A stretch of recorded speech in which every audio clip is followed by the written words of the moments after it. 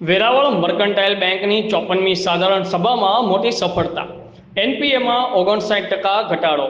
58 તેજસ્વી વિદ્યાર્થીઓનું સન્માન. આરબીઆઈની ફાઇનાન્શિયલ વેલ મેનેજમેન્ટ બેંકમાં એલિજિબલ બની. વેરાવળ મર્કેન્ટાઇલ કોઓપરેટિવ બેંકની 54મી વાર્ષિક સાધારણ સભા વેરાવળ નગરપાલિકા કોમ્યુનિટી હોલમાં યોજાઈ હતી.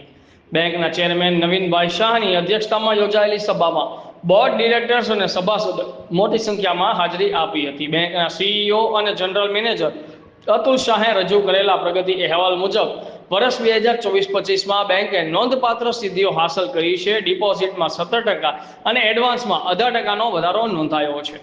બેંકે 8.11 કરોડની વસૂલાત કરી છે. એનપીએમાં 59%નો ઘટાડો થયો છે અને ગ્રોસ એનપીએ માત્ર 0.79% રહ્યું છે.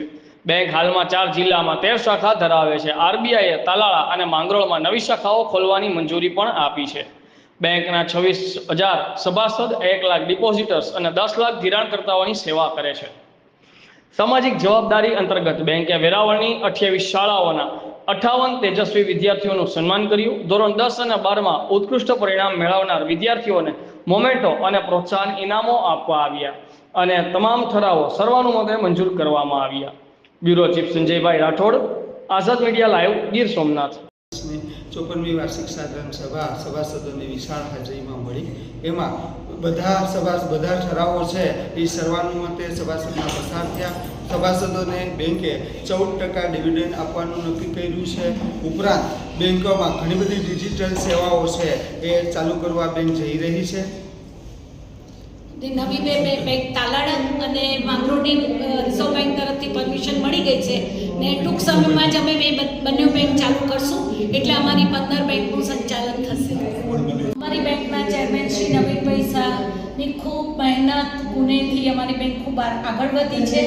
સૌરાષ્ટ્રમાં 4થા નંબરની બેંક છે. જુનાગઢ જિલ્લામાં 1st નંબરની અમારી બેંકે સ્થાન પ્રાપ્ત કર્યું છે. અમારા સીઈઓ અતુલભાઈ શાહ કે જેની એટલી બધી મહેનતથી જ અમારી બેંક આટલી આગળ વધી છે.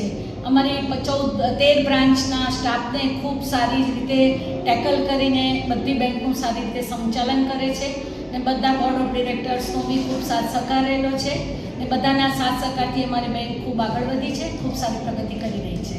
વાઇસ ચેરમેન છે ભાવનાબેન શાહ અને અતુલભાઈ શાહની ખૂબ જ મહેનત છે, એના લીધે જ આ બધું